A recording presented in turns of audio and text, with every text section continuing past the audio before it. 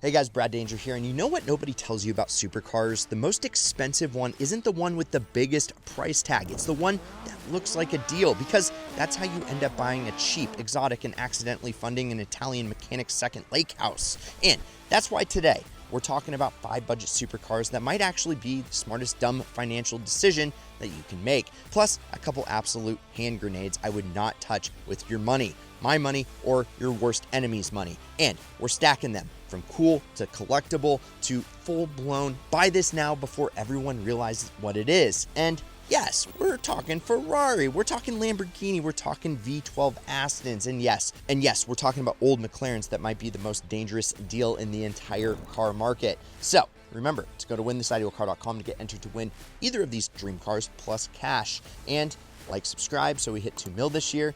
Starting with number 5, the Dodge Viper. And I know what some of you are saying, Brad, that's not a supercar, really?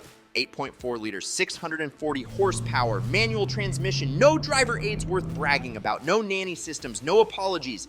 This thing is basically a Dodge engineer asking, what if we gave a Cobra a meth problem? The Viper is one of the last truly psychotic cars America ever built. And for years, people avoided them because they were scared of them. Good. That's why they're still undervalued, because when people get scared, opportunity shows up. And the crazy thing, these have already started getting respect. People used to laugh at Vipers. Now they're realizing they were the last raw, analog, naturally aspirated American monster. And that matters, because collectors care about last manual, last NV 10, last insane thing before lawyers took over. That is catnip for appreciation. And unlike some Italian stuff, the running costs won't require selling a kidney. That matters, which is why the Viper starts our list. But number 4 is where things get weird.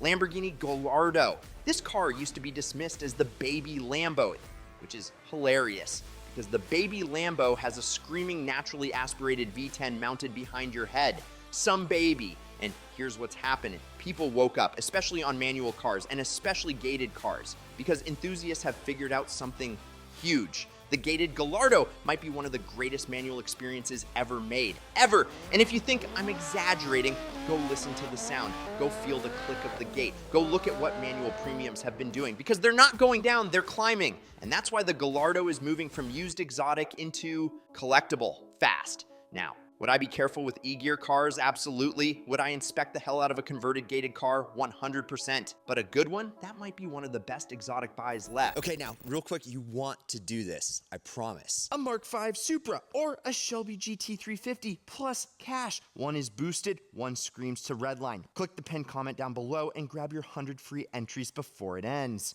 Good skill. And speaking of underrated, number 3, Aston Martin V12 Vantage. Oh my God, this thing is absurd. Take a small sports car, stuff a giant naturally aspirated V12 in the front, add a manual, and let the British do what the British do best.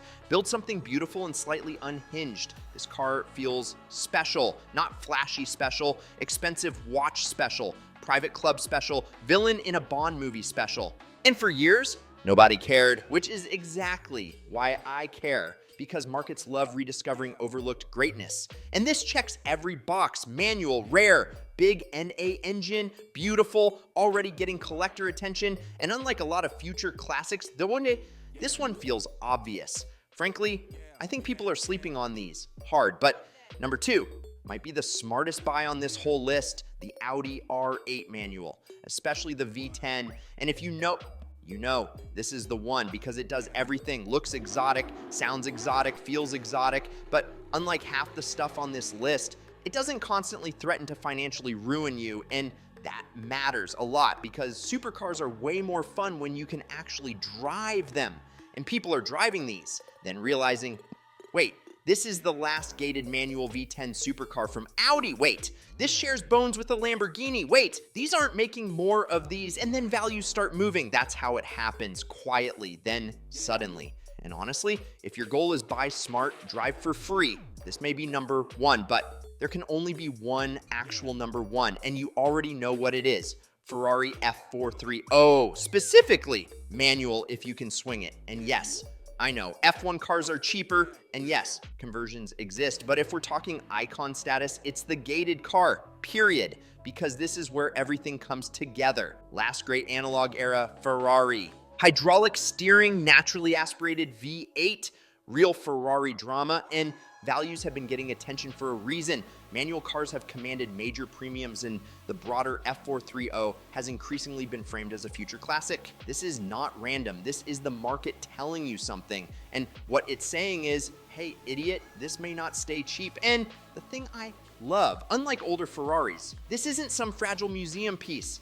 The F430 was actually a huge leap in usability. Timing chain motor, more robust than older stuff, actually drivable, actually usable. That matters because the best collectible cars aren't just rare, they're desirable. People have to want them, and people want these badly, which makes the F430 my #1 budget supercar. But before we finish, we need to talk about the ones I wouldn't buy because some cars look like bargains and are actually traps. First, McLaren 12C. It's tempting, 600 horsepower carbon tub supercar performance for used Corvette money. That sounds amazing until the repair bill shows up and suddenly you're Googling why your hydraulic suspension has become sentient. And look, I'm not saying every 12C is a nightmare. I'm saying the risk to reward math scares me, especially if you want predictable ownership. And then the 6.5 OS. Same problem, only more expensive, again, insanely cool, insanely fast, insanely dangerous financially, and this is the point nobody understands.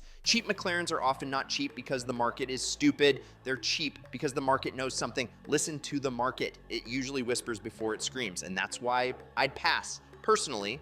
Now, if you're stacking these purely by what I'd buy with my own money, #5 is the Viper because it's the craziest horsepower bargain. #4, the Gallardo because gated V10 Lamborghinis are not getting less special. #3, the V12 Vantage because I think these are massively underrated. #2, the R8 manual, which I owned one and because it may be the smartest buy here.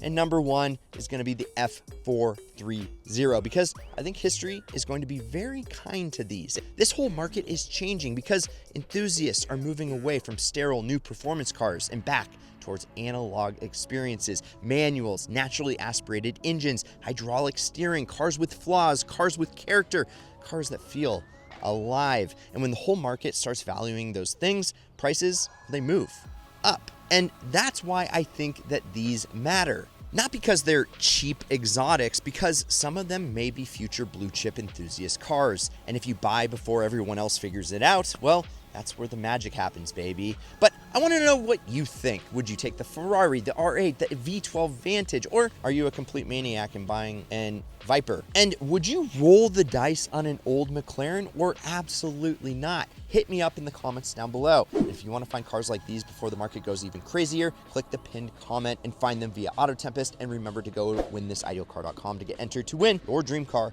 plus bonus cash. I'm Brad Danger. Like, subscribe, turn on that notification bell to hit 2 million subscribers. Check out some of these Ideal vids and promise me one thing: keep living the Ideal lifestyle.